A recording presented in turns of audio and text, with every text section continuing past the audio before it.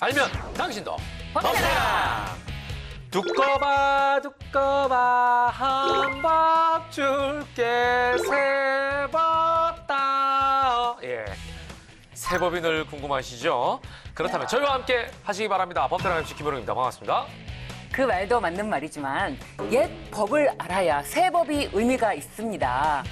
세상의 모든 법을 다 깨고 있는 박학다식 아니고 박법다식 변호사 신유진입니다. 네, 옛법도 새법도 모두 다 알고 싶은 호기심 천국 빅데이터 전문가 전민기입니다. 야, 오늘은 뭐 헌법이냐 세법이냐 뭐 난리가 났습니다. 아, 이게 옛날에 우리 게임 했었잖아요. 네. 놀이죠, 놀이. 그렇지, 이렇게 해가지고 모래 가지고 쌓아 올리는 두꺼봐 거죠. 두꺼봐 헌집 줄게 세지 때려가지고 손 빼고 손을 싹 빼면 이제 집이 나와야 되는 거잖아요. 안 무너져야 되잖아요. 네, 안 무너져야 되죠. 네. 재밌는 건데 이 게임을 저 팀장 알아요? 저도 알죠? 아, 아는구나. 네, 나는 신변만 아는 줄 알았어. 몇 살 차이 안 나. 네, 알겠습니다. 예. 자, 정말 어릴 때 그 손등에 모래 쌓고 엄청 재밌게 놀던 생각마저 막 떠오르는데 요즘은 이 새 집이 곤란하면 헌집이라도 줘 요게 유행이라고 하더라고요. 전 팀장님 그래서 영끌에서 집 산 거 아니에요? 맞아요. 희한하게 전세 월세는 좀 내 집 같지가 않다. 불안해 그리고. 네, 언제나 맞아요, 나가야 불안해. 되고. 예. 근데 어쨌든 계속 뭔가 갚아야 되는 그 기분은 솔직히 좀 별로거든요. 그래도 가족을 위한 보금자리니까 좀 뿌듯하고 안정감이 느껴지는 것도 사실입니다. 그러니까. 저는 제가 지금 살고 있는 집은 제가 지금 현재 잠시 거주하고 있는 곳이다라는 생각밖에 안 들거든요. 이 집 자체의 소유 자체보다도 이 거주 목적에 충실한 집을 좀 선택하는 편이거든요. 그러네요. 네. 굉장히 현명하네. 아. 똑똑하고. 귀찮잖아요. 뭐 이사 자주. 나도 이사하는 게 너무 싫어하거든. 나는 그것 때문에 근데 그래. 아무래도 차이가 자녀가 없어서 지금 현재 내 좀 생활만 가볍네, 몸이 가볍네. 현재 내 생활만 네, 네. 여기 잠시 머무는 곳이고 네. 또 이사할 수 있다 이렇게 생각하는 것 같아요. 가볍게. 그러니까. 네, 네. 어쨌거나 새 집이든 헌집이든 월세집이든 전세값을 내야 되는 집이든 누구에게나 집은 필요한데 그런데 집값이 떨어졌다고는 해도 너무 비싸지 않습니까? 너무 비싸고요. 네. 또 어떤 사람들은 너 옛날에 샀으니까 집값 그래도 많이 올라서 좋겠다 이렇게 말씀하시는데 사실 뭐 세금도 많이 내고 대출 이자에 원금까지 갚고 솔직히 좀 힘들어요, 저 솔직히. 맞아요. 예. 대출 이자가 계속 올라가고 있죠. 맞습니다. 그러네. 예. 지금 가장 힘든 게 전 팀장도 얘기했습니다만 대출 이자일 겁니다. 예. 그런 와중에 세금 부담이라도 없어진다면 어느 정도 도움이 될 수 있지 않을까 싶은데 그런 의미에서 종부세에 대한 관심이 아주 크죠. 이번 정기국회 초반에 개정안이 통과가 됐죠. 네, 통과됐는데요. 네. 지난 9월 7일 본회의에서 종부세 개정안이 통과가 됐습니다. 이 첫 번째 핵심 내용은 이사를 목적으로 신규 주택을 취득했지만 네. 기존 주택 처분이 늦어져서 일시적으로 이주택자가 된 경우 또는 상속 주택을 보유한 경우 투기 목적 없이 공시가격 3억 원 이하의 지방 저가 주택을 보유한 경우 이런 경우에 1주택자로 간주해서 한 채를 제외하는 내용을 담고 있습니다.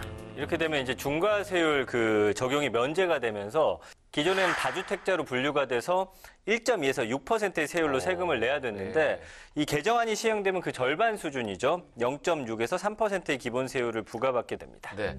네, 또 하나는 만 60세 이상, 주택 5년 이상 보유 등 요건을 충족하고 소득 수준이 일정 수준 이하 총급여 7천만 원, 종합소득 6천만 원인 1가구 1주택자에게 상속이나 증여, 양도 등 주택을 처분하는 시점까지 종부세 납세를 유예하는 내용입니다. 이런 내용을 담은 개정안이 바로 이번 달이죠. 11월 말 종부세 고지분부터 적용이 됩니다. 그러니까 얘기를 들어보면 소득이 아주 많은 노인이라고 하면 안 되는 거네요. 5년 이상 보유, 소득 기준이 있다는 것 꼭 알아두셔야 될 것 같습니다. 그런데 주택 공시가를 올리는 법안은 통과가 안 됐나 보네요. 맞습니다. 이 1주택자의 세 부담을 좀 줄이기 위해서 특별공제 금액을 기존 공시가 11억 원에서 14억 원으로 올리는 그 방안은 부자 감세라는 반발로 여야가 합의에 이르지 못했습니다. 어쨌든 이번 개정안으로 총 18만 4천 명 정도가 종부세 부담을 덜게 됐습니다. 네, 누가 보더라도 좀 부당하다라고 보이는 종부세 대상자에게 세금을 면제하거나 완화해주는 법안입니다. 꼭 체크하셨다가 혜택을 받으시면 좋을 것 같다는 생각이 들고요. 자, 바삐 돌아가는 연말 국회입니다. 오늘도 본격적으로 복고수들의 법안 탐색에 나서야 될 텐데 오늘 법 주제는 뭡니까? 네, 오늘 주제는 경제 이야기, 예, 바로 기울어진 자본시장 바로잡기입니다. 네, 어디서 많이 들어본 말이죠. 기울어진 운동장. 공정하지 못한 환경이라는 뜻일 텐데 과연 어떤 분이 삐딱한 자본시장을 바로잡기 위해서 애쓰고 계실까요? 그분이 누구냐면요. 바로 이분입니다.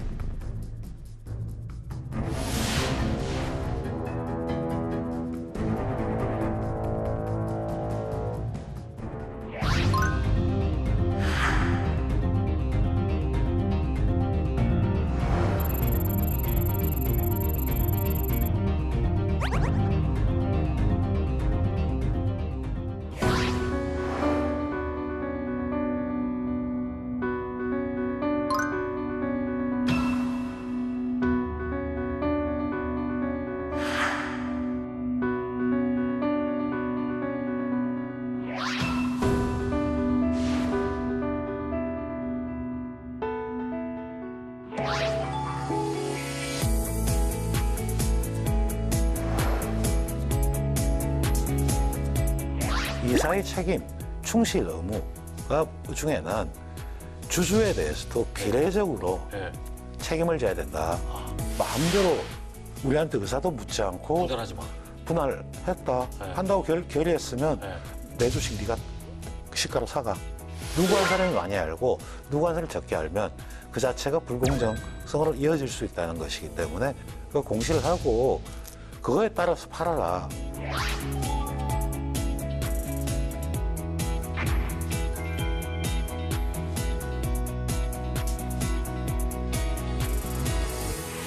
국회에는 수많은 통들이 존재합니다. 국회를 대표하는 금융정책통.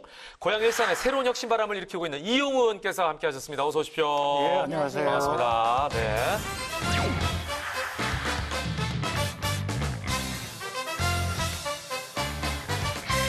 오늘 의원님은 제가 금융정책통이라고 표현했을 정도로 기업인 출신이고 금융 전문가시잖아요. 그죠? 동생분도 금융 전문가시죠. 전문가시더라고요. 네. 예. 집안 내력으로 뭐 예를 들어 그런 건 부모님도 그런 그런 건 없습니다. 아 그럼 없으세요? 아버님은 그냥 군인이셨고요. 아 그러니까 예. 그러면은 고향이 하나가 아니실 텐데 군인은 보통 또 이렇게 옮겨 다니거든요. 태어나기는 강원도 춘천에서 태어났고요. 춘천에서 태어나셨고.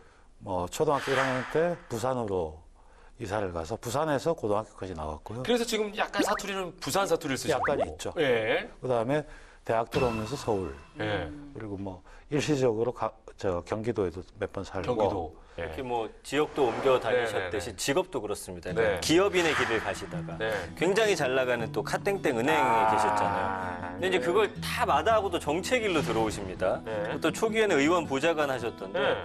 왜 기업인을 하시다가 정치로 눈을 돌리게 되셨는지. 예. 아 그것도 보좌관으로 들어오시지 처음에 않았을 것 같은데. 그 20대 말이었는데 네네. 국회의원 보좌관을 한 적이 있었죠. 예, 예. 그때 정치라는 영역에서 정책, 입법이라는 게 얼마나 중요한 건 알고 있었지만 예. 제 경험이 일천한 상태에서 법을 만드는 건 말이 안 된다고 봤고요. 예. 이른바 현대그룹에서 근무했다가 네. 금융 쪽을 했다가 예. 나름 제 나름대로 전문성을 좀 쌓았다. 네. 그리고 거기서 느끼면서 이런 법들은 좀 바뀌었으면 좋겠고 이런 정책은 이런 방식으로 네네. 풀어나가는 게 좋겠다라는 네네. 생각을 가졌었죠. 그러다가 뭐 정치 입문의 그 제안을 받았고 네. 정치를 통해서 네. 경제 문제에 미흡한 것들을 풀어보는 것도 하나의 제 임무가 되지 않을까 네. 생각을 해서 정치를 하게 예. 됐습니다. 그러면 의원님 정치를 원래 꿈을 가지고 계셨다가 그거를 가기 위해서 혹시 금융이라든지 이런 부분에 지식을 쌓으신 거예요? 아니면 쌓다 보니까 우연히 정치로 오신 거예요? 우연히 온 거라고. 우연히 오신 거예요? 그러니까 처음부터 의도됐던 사안은 아닙니다. 예. 아니 왜냐면 그 스톡옵션 52만 주를 포기하셨다 그래서 제법 되는 돈이죠. 그렇죠. 그러나 저는 사회생활을 하면서 가장 도움을 많이 받았던 사람이라고 생각합니다. 사회적으로 학교의 등록금도 그렇고 좋은 학교 나왔다가 취직도 편하게 했고 그다음에 경험도 많이 했습니다. 그렇다면은 사회에 기여하는 방법은 그 알게 됐던 것을 사회에 돌려주는 것 하나의 방법이다. 활용하는 게. 예, 방법이다. 그리고 그 스톡옵션이라는 게 꼭 있어야 되느냐. 어차피 저한테 온다고 하더라도 사회적으로 쓰여야 될 돈이라고 생각했습니다. 원래는. 예, 근데 이제 카카오 얘기가 나서 말인데 캐릭터 중에 그 콘을 좋아하신대요. 약간 콘 초록색에 저는 이거 악어인지 뭔지 정확히 모르겠다. 악어 맞습니까? 그 특별한 이유가 있으세요? 콘을 좋아한다? 제가 약간 남들하고 다른 성격이 있는데요.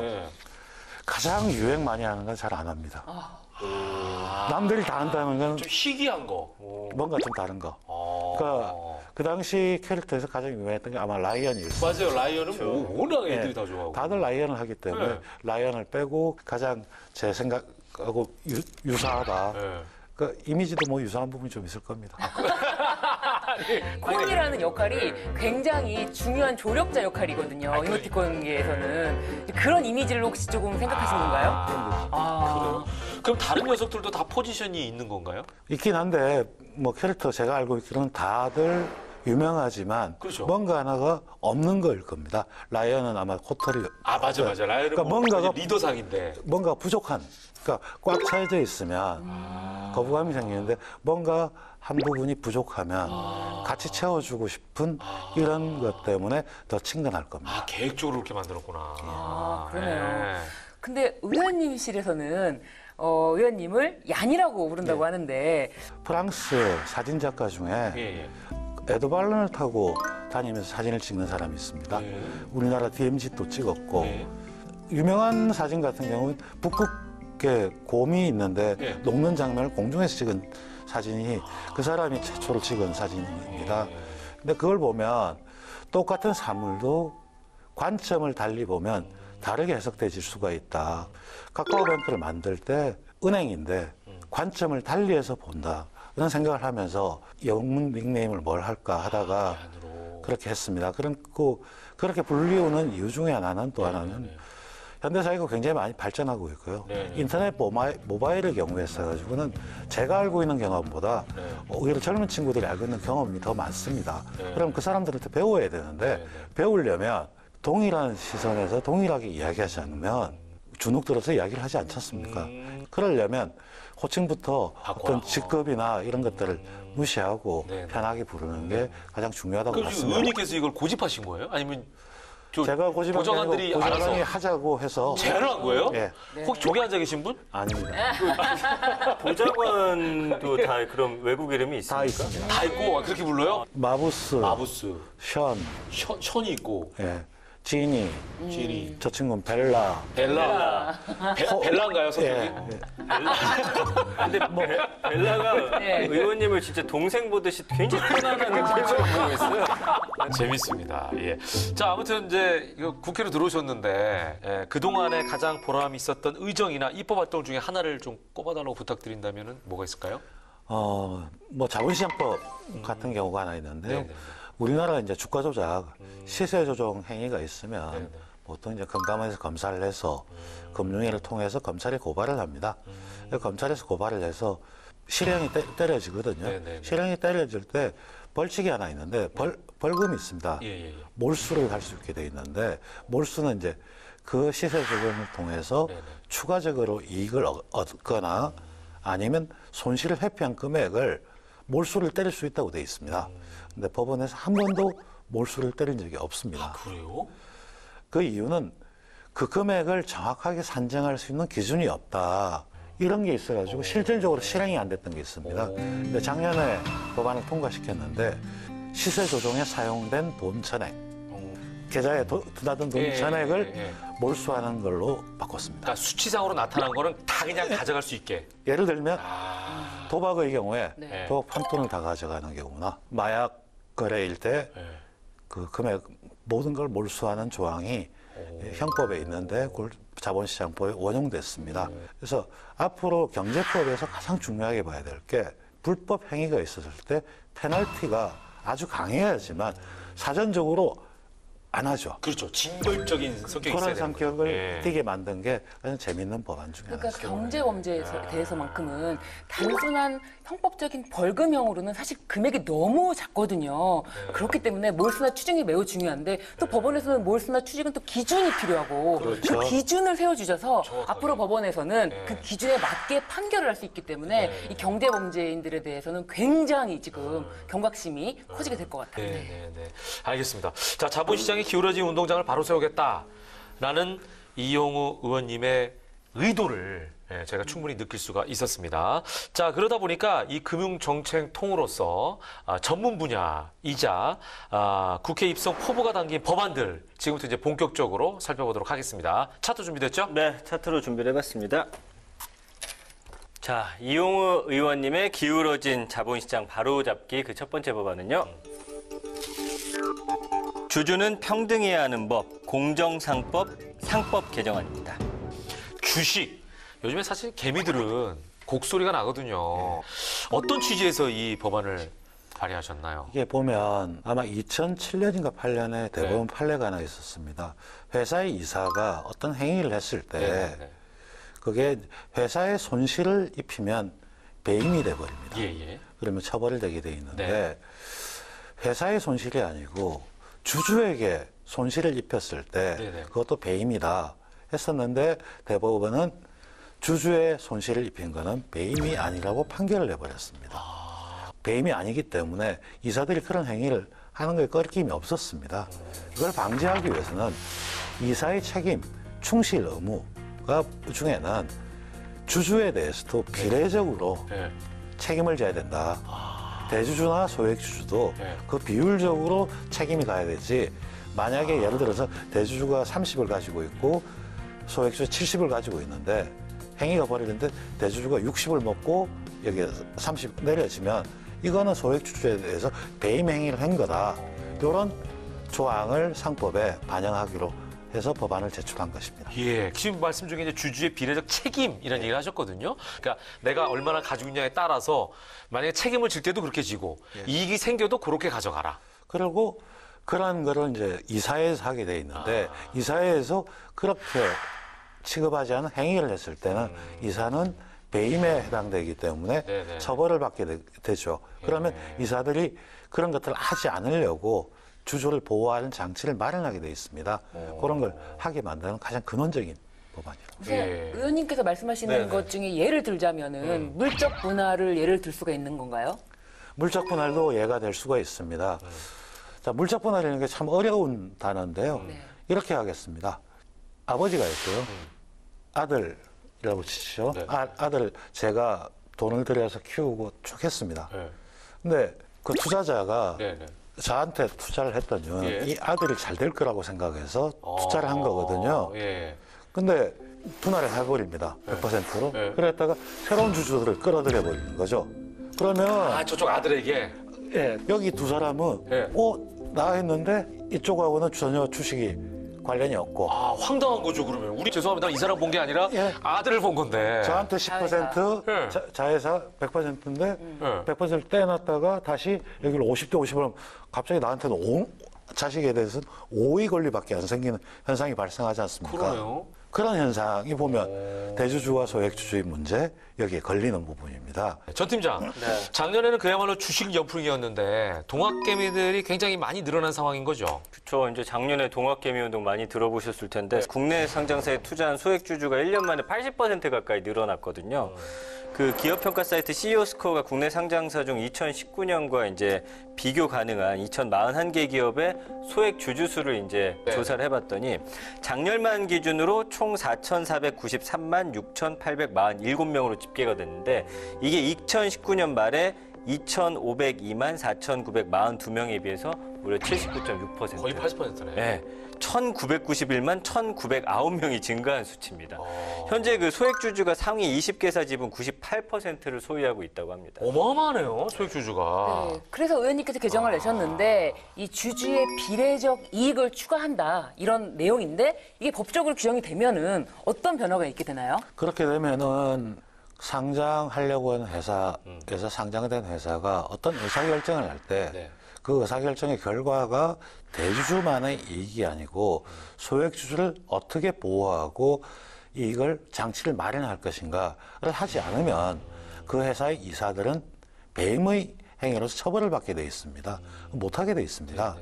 그렇게 될 거기 때문에 주주 권익을 기본적으로 보장할 수 있는 법안이 됩니다. 그 결과론적으로 보는 거죠. 예. 딱 했는데 소액주주에게 피해가 갔다. 그럼 이사가 잘못했다. 이렇게 되는 거죠. 그렇죠. 그러니까 그걸 미연에 알아서 해라. 충실 의무 위반이 네. 되면은 손해배상 책임까지 지게 되는. 당연하죠. 네네. 작년에 이런 대법원 판례가 한두 가지가 생겼습니다. 네네네. 이사의 의무에 관련된 부분인데 네. 이사의 내부 통제 관련 의무입니다. 예. 그러니까 회사가 법 절차를 제대로 지켰느냐의 문제인데 한 철강 회사가 네. 공정거래법에서 담합으로 인해서 네. 과징금을 먹었습니다. 그런데 소송이 벌어진 거죠. 네. 사회 이사들한테 너희들은 내부 통제 의무를 충실하게 시행한 게 아니다. 그렇기 때문에 손해배상을 하라는 소송이 있었습니다. 네.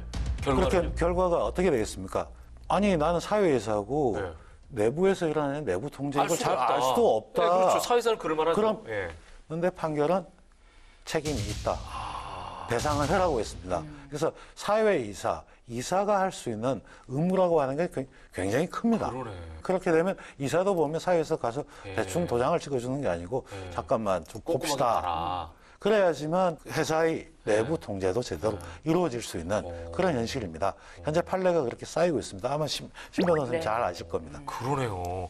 자, 오늘은요, 저희도 굉장히 실감하고 있는 주식에 대한 얘기다 보니까 막 질문이 쏟아지고 네. 더 집중이 되네요.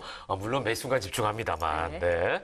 자, 아무튼 이 한 줄의 법적 문구가 있고 없고에 따라서 어찌 보면은 주주들, 그중에서 소액주주, 이제 개미라고 하는데 개미들이 웃을 수도 있고 울 수도 있다라는 거를 법의 중요성을 다시 한번 깨닫게 됩니다. 자, 두 번째 법안으로 넘어가 보겠습니다. 네, 이용호 의원님의 기울어진 자본시장 바로잡기 두 번째 법안은요. 물적 분할로부터 소액주주 완전 보호, 주식 매수 청구권법, 자본시장법 개정안입니다. 네, 앞에서 이제 물적 분할에 대해서 설명을 해주셨는데 같은 취지일 것 같은 같아요. 취지입니다. 예, 실제 이게 보면 LG화학의 LG 배터리 쪽 분할의 문제라든지 네.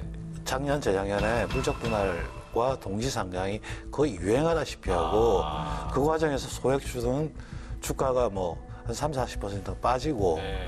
난리가 났었던 맞아요, 거죠. 맞아요. 그런 소액주주를 제대로 보호하지 않은 채 자본시장을 육성하겠다. 이거 말이 안 되는 일이거든요. 그러네요. 그럴 때 이 물적 분할에 관련해서는 두 가지 장치가 필요합니다. 하나는 너 마음대로 우리한테 의사도 묻지 않고 무전하지 마.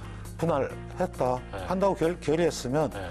내 주식 네가 시가로 사가. 아, 나는 반대야 하면 사가라고 하는 거 하나. 근데 사가라고 하지만 실제로 난 여기에 더 관심이 있거든요. 그럼 여기 가려면 이 아들을 상장할 때 나도 청약할 수 있게 해줘. 예. 좋은 가격으로. 이게 신주인수권법입니다.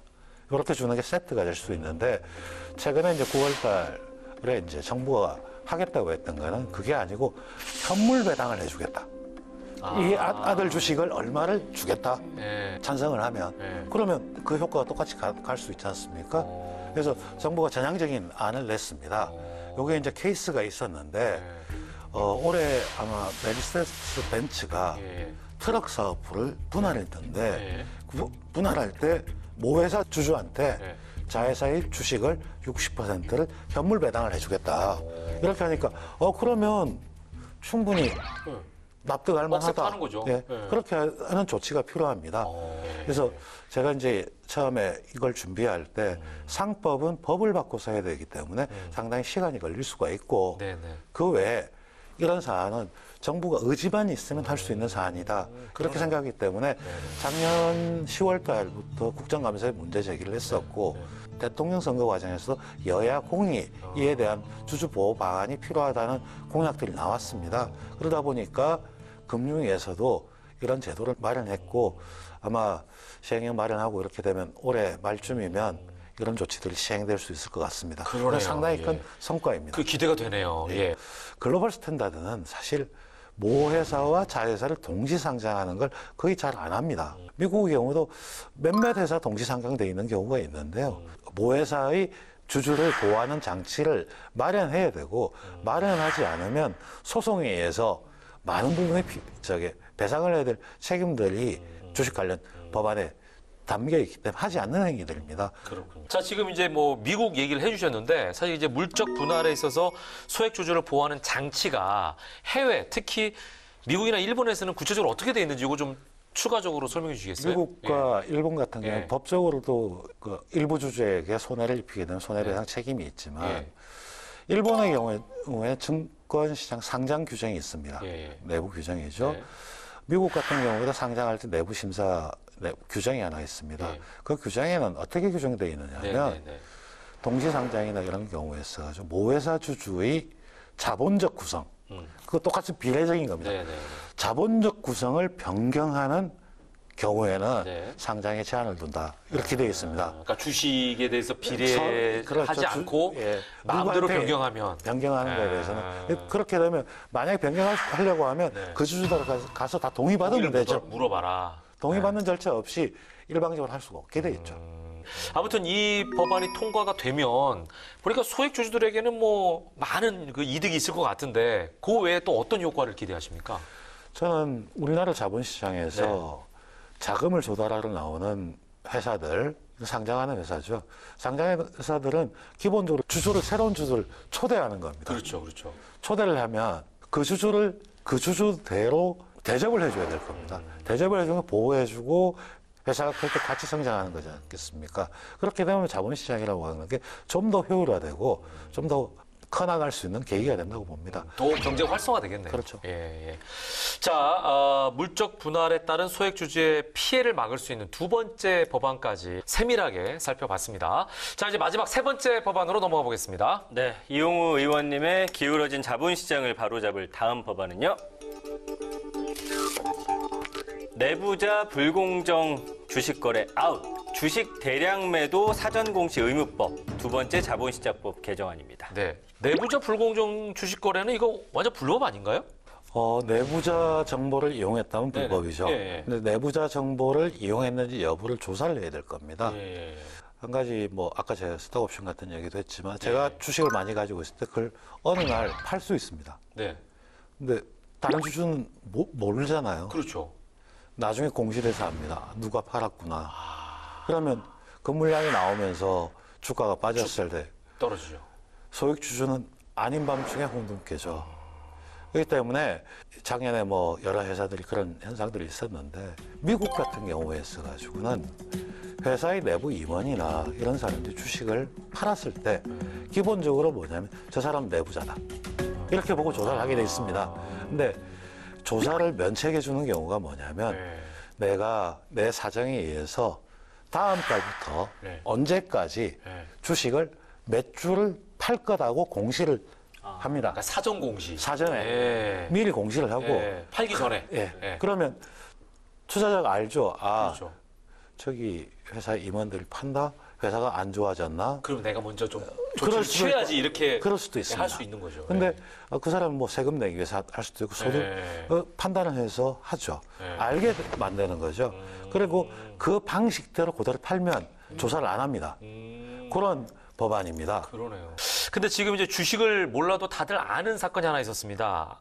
카카오페이 일명 먹튀 논란이 있었는데 스톡옵션 거래 오남용 사례잖아요. 이제 이런 게 그 예라고 할 수가 있겠죠? 예, 바로 사실 이 법안 준비했던 것도 이 사안을 보고 야 이거는 그러니까 개인이 옵션을 가지고 팔 수 있는 거는 규정상 팔아도 됩니다. 팔지 말라고 해서도 안 될 일이고요. 그런데 그거에 대해서 주주들과 투자자들한테 명확하게 공시를 해라. 그 공시를 하고 그거에 따라서 팔아라. 안 그러면 문제가 될 수 있다는 걸 명심하게 만들어야 되는 거죠. 네. 전 팀장, 이게 이제 미공개 정보를 활용한 내부자 거래가 문제가 되잖아요. 어느 정도가 문제인지 데이터로 나온 게 있죠. 한국거래소가요, 불공정 거래 심리 실적 및 주요 특징을 발표했는데 적발된 불공정 거래 109건 작년입니다. 이 중에 77건이 미공개 정보를 이용한 내부자 거래였습니다. 특히 작년은 내부자 거래 적발 사례가 유독 많았던 시기로 최근 5년간 평균 건수인 62.6건을 크게 웃돌았는데 과거에는 이제 악재성 미공개 정보를 이용해서 주식을 매도하는 그런 경우가 많았는데 작년에는 호재성 미공개 정보를 미리 이제 파악해서 저가로 매입해가지고 어이구. 차익을 얻는 사례가 늘면서 이런 결과가 나왔다고 합니다. 그러네. 사실 이 금융 당국에서는 이 미공개 정보를 활용해서 내부자 거래를 이 자본시장의 근간을 흔드는 매우 중범죄로 규정하고 있는데 좀 이 범죄 입증이 너무 어렵고 또 처벌 강도가 너무 약해서 이 문제를 해결하기 위해서 의원님께서 내신 것이 바로 처분 계획을 밝혀라. 이 먼저 밝히면 이런 거에 대해서 문제가 오히려 사전에 예방되지 않을까 싶은데 뭐 며칠 전에 계획을 공개해야 되고 뭐 그런 게 있나요? 사실 이거는 거래일로부터 120일. 120일이요? 그러니까 꽤 기네요. 그리고 상장금은 본인의 거래일 경우에는 30일. 그러니까 사실 뭐 대주주 임원들이 옵션을 행사하면 세금을 내야 될 게 많기 때문에 네, 네. 자신의 자금 계획에 따라서는 할 수 있는 겁니다. 그러면 나는 이런 이유 때문에 이런 방식으로 언제부터 팔 거다 이래 줘야 되는 거죠. 일반적으로 도 그렇습니다. IPO를 했을 때도 네. 뭐 락업 기간이라는 게 있죠. 언제까지 주식 못 파는. 예. 그게 있으면 언제면 주식 팔 물량이 얼마가 나올 수 있다 하기 때문에 투자자는 그걸 예상을 하고 투자를 하는 거지. 그렇죠. 그러니까 그 자본시장에서 가장 중요한 거는 공개된 정보입니다. 그리고 그 정보는 서로 똑같이 알아야지 누구 한 사람이 많이 알고 누구 한 사람이 적게 알면 그 자체가 불공정성으로 이어질 수 있다는 것이기 때문에 그런 부분에 중점을 두고 있는 것입니다. 네. 그러니까 어느 날 갑자기 내부자가 대량으로 주식을 매도를 해버리면 주식 시장에 줄 수 있는 충격은 우리가 상상하는 것보다 더 크겠죠. 더 크죠. 네. 불확실성이 높아지니까 예. 그런 것뿐만 아니라 관련 법 중에 하나는 네. 블록딜도 있습니다. 블록들이요? 그러니까 어떤 회사가 주식을 한 5%, 6% 한꺼번에 파는 경우가 있거든요. 네네네. 그럴 경우도 신고하고 돼 있습니다. 그것도 사전에 미리 알려라. 요즘은 블록딜을 하고 난 다음에 저녁 때 한 5시쯤 되면 블록딜 공시가 납니다. 오늘 종가 대비 4% 할인해서 5% 누구한테 매각했다. 근데 투자자는 그 사실을 전혀 모르고 있다가 그러니까 당일에 한 다음에 그걸 그렇죠. 알려주면은 무슨 날벼락입니까? 날벼락이 되니까 네. 그런 것도 동일하게 내부자 거래처럼 하는 법안도 제출돼 있습니다. 그러네요. 그리고 또 한 가지가 이 12개월 이내에 사전 계획, 처분 계획에 따라서 이 매도를 처분을 할 경우에는 면책된다라는 면책 규정까지 두셨기 때문에 이것에 대해서 뭐 나중에 내가 혹시 문제되는 거 아니야라고 할 경우에는 미리 이 계획대로 처분하면 되도록 방지 예방책까지 딱 두신 거 이게 아닌가요? 정확하게 보면 항상 어떤 물건을 처분하고 할 때는 그 계획을 내고 계획대로 하면 아무런 문제가 없다. 만약에 계획을 안 냈다. 뭔가 문제가 있다고 간주할 수 있고요. 계획을 냈는데 계획대로 안 하면 그 자체가 불성실이 되는 거죠. 다른 말로 속이는 게 되는 겁니다. 그러니까요. 예. 근데 의원님, 진짜 단도직입적으로 하나 여쭤보겠습니다. 이 사전 공시 의무가 강화되면 불공정 거래는 완벽하게 차단이 될 수 있는 겁니까? 세상에 불공정 거래는 완벽하게 차단될 수는 없습니다. 그러나 예.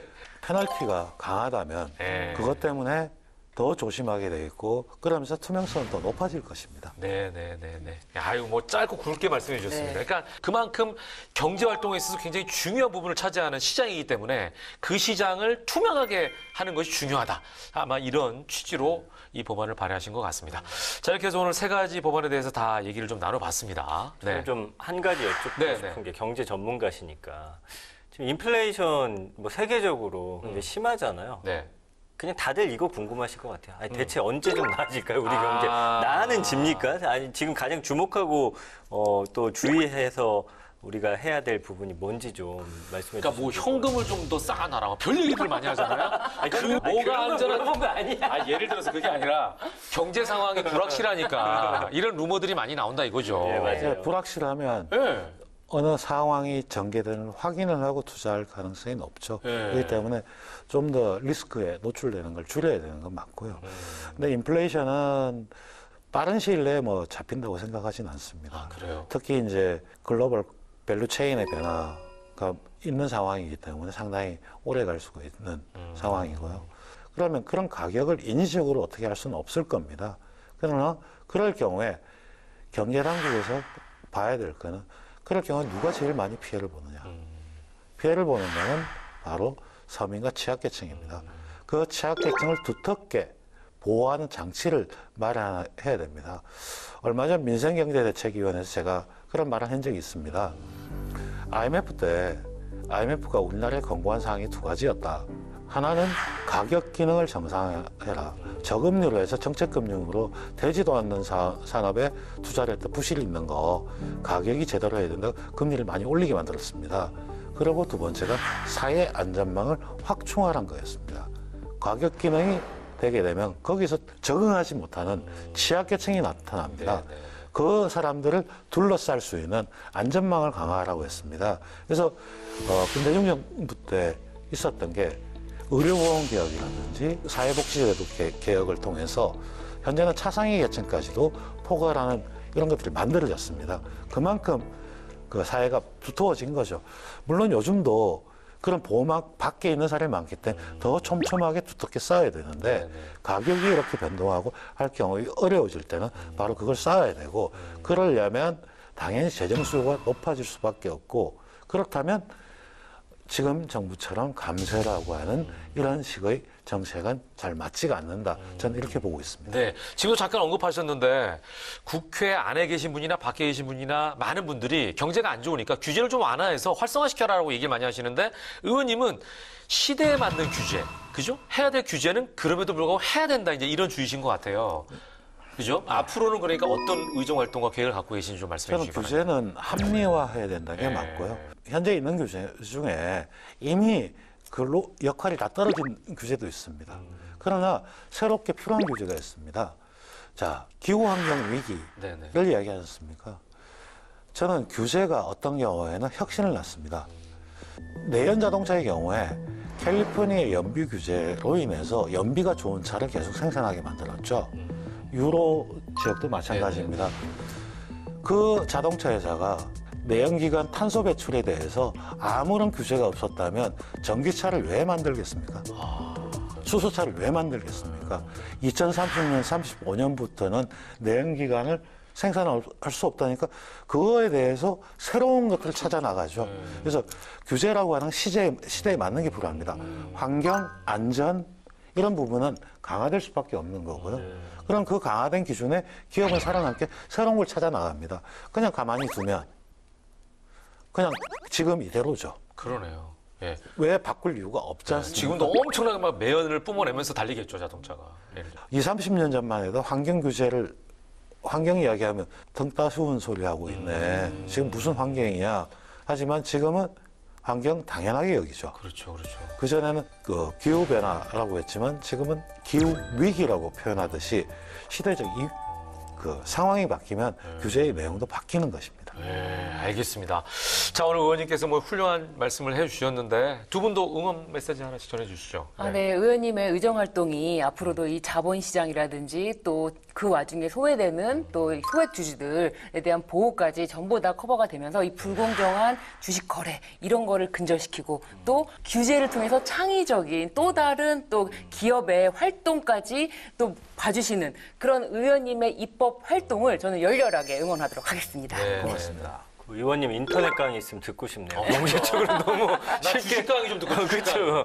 네, 저 아까 뭘 느꼈냐면은 경제라는 게 사실은 좀 어려워요. 그 정보라는 것도 사실은 정보 취약계층한테 있어서는 사실 사기당할 게 너무나 많기 때문에 이렇게 시스템으로 보완해야 된다는 얘기 좀 확 와닿았거든요. 그 규제 풀어야 된다라고 할 때 저는 그게 맞나 보다 생각했는데 확실히 국민들이 알아야 이게 어떻게 나아가야 될지를 우리가 또 서포트 해줄 수 있지 않나 그런 좀 또 깨달음을 얻었습니다. 저도 규제 그러면 나쁘다고만 생각했거든요. 오늘 의원님 말씀 들으면서 그게 아니구나라는 생각을 했습니다. 그리고 이용 의원님이 되게 철저하신 게 끝날 때가 되니까 원고 다시 정리하셔서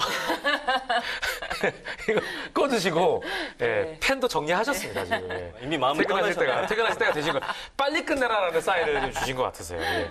경제는 굉장히 중요한 것 같아요. 경제 전문가로서 첫째도 경제, 둘째도 경제, 경제를 굉장히 강조하시는데 경제가 살아야 서민들도 살고 나라도 부강해지고 그래야 또 돌려줄 게 있고 국민들이 행복한 국가가 되지 않겠습니까? 예, 그런 국가가 되기 위해서 의원님께서 앞서서 발빠르게 좀 뛰어주시길 저희도 응원하고 또 기대해 보도록 하겠습니다. 오늘 귀한 시간 내주셔서 고맙습니다. 감사합니다. 고맙습니다.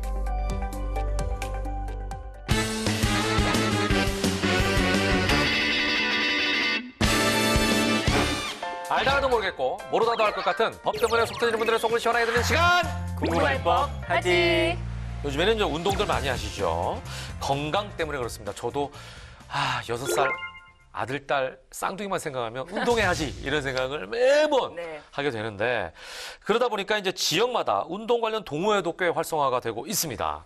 신변은 운동 안 하죠? 저는 돈이 안 드는 운동만 하는 것 같아요. 이렇게 걷기? 집 주변에 산책을 주로 한다거나 아니면 집에서 이제 너티브 틀어놓고 홈트가 굉장히 종류가 많거든요. 네, 그거 열심히 합니다. 네. 네. 전 팀장은요? 근데 이제 주말마다 풋살 하거든요. 네. 네, 사람들끼리 모여서 풋살을 하는데 요즘에 보니까 이제 뭐 주변에서는 골프나 뭐 테니스 이런 거 치는 분들이 상당히 많더라고요. 그렇구나. 요즘에 특히 이 테니스는 너무 많은 분들이 치다 보니까 오픈런까지 하는 분들이 있다고 그래요. 테니스장 오픈하는 시간에 달려가가지고 그냥 테니스를 쳐야 돼 이런 상황이 벌어진다고 하는데 오늘 사연 역시 테니스장과 관련된 이야기입니다. 과연 어떤 이야기가 펼쳐질지 여러분 주목해 주시기 바랍니다. 출발! 자. 우리 아파트의 주차장 부족 문제를 해결하기 위한 대안으로 입주자회의에서 테니스장을 주차장으로 변경하자는 의견이 있었는데요. 전 세대의 75%에게서 찬성 동의서를 받았습니다. 어머, 이제 우리 아파트 주차장 늘어나겠다. 아우, 더 이상 주차 때문에 싸움할 일도 없고. 아우, 잘 됐어, 진짜. 공사부터 빨리 했으면 좋겠네. 이제 주차 공간 넉넉해지겠어? 주차장 부족 문제가 심각하던 태랑 아파트는 테니스장을 주차장으로 용도 변경하기로 결의하고 75%의 입주자 동의를 받아 테니스장 용도 변경 공사를 앞두고 있었는데요. 예상 밖의 일이 일어났습니다. 아니, 회장님, 이거 봤어요? 공문이 왔는데 우리 테니스장을 주차장으로 용도 변경 공사한다고 집길이랑 컨테이너 시설 철거하래요. 뭐예요? 이 사람들 안 되겠네. 아니, 누구 마음대로 우리 테니스장을 주차장으로 바꿔? 안 되겠어요. 우리 테니스회 회원들, 이제 우리도 움직일 시간이에요. 가만 안 두겠어. 공문을 받은 테니스회 회원들은 결국 테니스장을 주차장으로 만들기로 한 입주자 대표회의 결의가 무효라는 소송을 내게 됩니다. 이보세요, 테니스 회장님. 우리 입주자 대표 회의 결의가 무효라니. 그게 무슨 말입니까? 무슨 말이긴요. 우리 테니스장을 멋대로 주차장으로 바꿀 수 없다는 말이죠. 이보세요, 회장님. 이미 입주자 75%가 찬성한 사안입니다. 벌써 결정이 다 됐다고요. 대표님, 법을 잘 모르시나 본데요. 운동시설은요, 2분의 1 범위에서 주차장으로 변경이 가능하거든요. 그리고 동의서도 그래요. 아니, 소유자가 아니고 임차인한테서 동의서를 받았다고요? 또 동의서에 소유자랑 서명한 사람이 불일치하는 것도 꽤 있다고 제가 들었어요. 그걸 무효 처리하면은 입주자 3분의 2 이상이 안 되는 거잖아요. 그건 동의서를 받다 보니까 나의 실수였던 거고요. 잘못 찍게 된 건 얼마 안 되는 거거든요. 그러니까 결과에 영향을 끼칠 정도 아니라고요. 이거 왜 이러셔? 어머머, 뻔뻔도 하셔라. 어쨌든 우리는 끝까지 소송해서 테니스장 지켜낼 거니까 그렇게 알아요. 야, 신변 테니스 좀 치나 봐요? 테니스 좋아하나 봐. 저는 어떤 회장 역할을 딱 맞는 것 같아요. 너무 잘한다, 진짜. 끝까지 지켜낼 거예요. 나가. 그쪽 지역에. 자, 오늘도 사연이 만만치가 않습니다. 테니스장을 주차장으로 바꾸자는 입주자 대표들과 테니스장을 지켜내려는 테니스 회원들의 의견이 아주 팽팽합니다. 자, 공동주택에 살다 보면 테니스장이 아니더라도 이런 일이 비일비재할 것 같아요. 그러니까 보통 이제 뭐 네. 주차 문제, 네. 층간소음 문제 이런 것 때문에 법적 분쟁이 많이 일어나던데 네. 이렇게 이제 운동시설의 용도 변경 문제로 대립하는 경우도 있네요. 다 같이 이용하는 시설인데 이제 각자의 어떤 뭐 입장과 의견이 다르니까 이건 좀 곤란하네요. 그러니까. 예, 근데 공동시설 관련해서는 사실은 입주자나 거기에 있는 분들이 잘 신경 안 쓰는 경우가 많거든요. 예, 그러다 보니까 오늘 사연이 저는 더 기대가 되는데 아파트 테니스장 같은 공동주택의 운동 공간에 대해 법적으로 규정이 어떻게 되어 있죠? 우선 이 운동시설이 과연 필수시설인지 부대시설인지를 봐야 돼요. 그거에 따라 달라요. 필수시설은 용도 변경이 안 되거든요. 그런데 이런 운동시설은 부대 복리시설에 속한다. 이렇게 규정이 되어 있어요. 그리고 또 한 가지 우리 사연에서 약간 생략이 되어 있지만 이 전체를 주차장으로 바꿀 수는 없는데 중간에 사실은 조경시설을 운동시설로 변경하는 결의를 또 한 번 했어요. 그래서 운동시설 자체가 없어지는 것은 아니에요. 그러니까 우리 사연에서 보면은 그 회장 말이 맞아요. 운동시설 자체를 아예 없앨 수는 없는데 이게 무슨 소리냐 그랬더니 우리는 새로운 운동시설을 만들 거다라는 결의를 중간에 또 한 거예요. 그래서 운동시설을 없애는 것이 아니고 테니스장만 없애는 거죠. 그러네. 네. 그리고 또 한 가지 입주자 대표 회장이 동의서를 받는 과정에서 뭔가 실수가 있었나 봤는데 이 부분에 대해서 살펴봐야 되는데 과연 누구한테 동의서를 받아야 되느냐. 아까 사인을 기록한다 뭐 이런 얘기 있었죠. 그 입주자에 대한 것이 규정이 되어 있습니다. 공동주택관리법 제2조에 따르면은 공동주택의 소유자 또는 그 소유자를 대리하는 배우자 그리고 또 직계 존비속까지를 의미합니다. 반면에 사용자라고 되어 있다면은 사용자는 임차인까지 포함이 되는 건데요. 입주자는 통상 생각하시는 것과는 달리 임차인은 포함하지 않는 주택의 소유자만을 의미합니다. 그렇구나. 오케이. 그러면은 이번 사연은 보니까 그 입주자 대표에서 이거를 의결했고 75% 이상의 동의도 받았으니까 이거 뭐 주차장으로 바꾸는 데는 별 문제가 없어 보이는데 근데 이제 아까 테니스회 회원들이 주장한 게 있잖아요. 동의서 받는 과정에서 문제가 있었다. 만약에 이 소유주하고 동의서에 그 서명한 사람이 다르다. 이건 좀 무효 처리해야 되는 거 아닙니까? 그러니까 실제로 테니스 회원들의 주장이 받아들일 수 있는 거예요?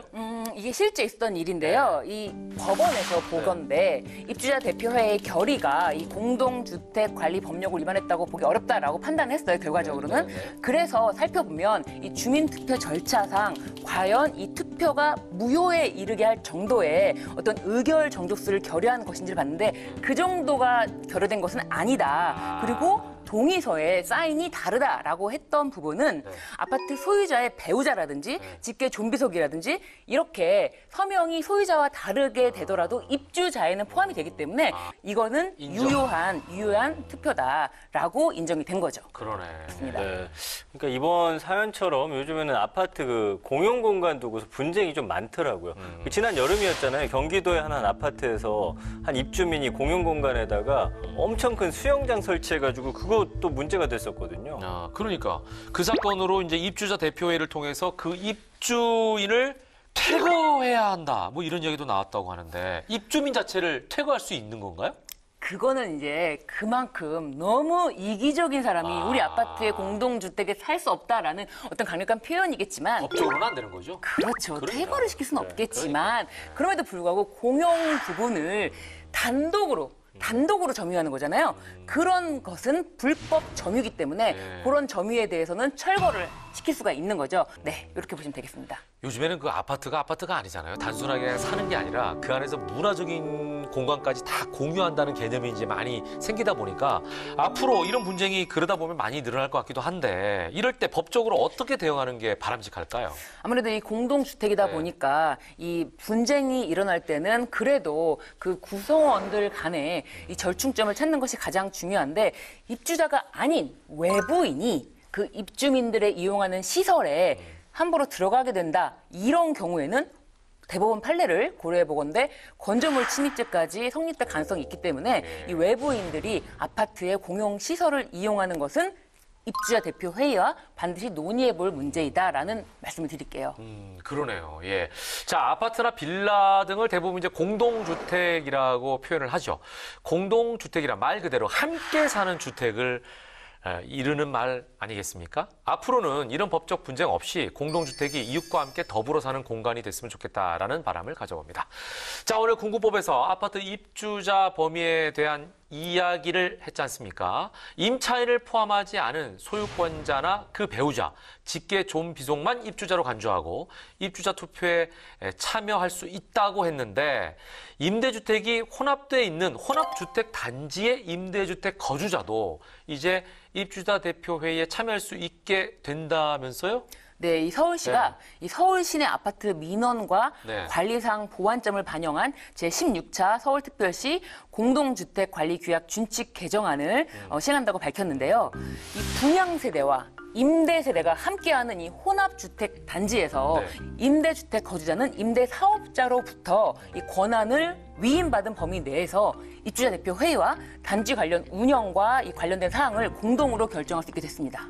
그렇구나. 그러니까 그동안 임대주택 거주자들이 사실은 그 자신의 의견을 내지 못해서 답답한 부분이 있었거든요. 그렇죠. 이번 준칙 개정으로 좀 거주자들의 의견이 좀 충분히 이분들의 의견이 반영이 됐으면 좋겠다는 생각입니다. 자, 공동주택은 많은 사람들이 함께하는 공간인 만큼 더 많은 이들의 의견을 반영할 수 있게 된 것 같아서 다행이라는 생각마저 듭니다. 자, 솔직한 의견 차이는 종종 진보에 좋은 신호다. 간디의 말씀인데요. 거친 모서리와 다른 부분을 다듬는데 대화만큼 중요한 건 없죠. 수많은 대화와 논의 속에 만들어진 법들, 다음 시간에도 하나를 안고 다시 돌아올 것을 약속드리겠습니다. 마무리합니다. 알면 당신도 법해라!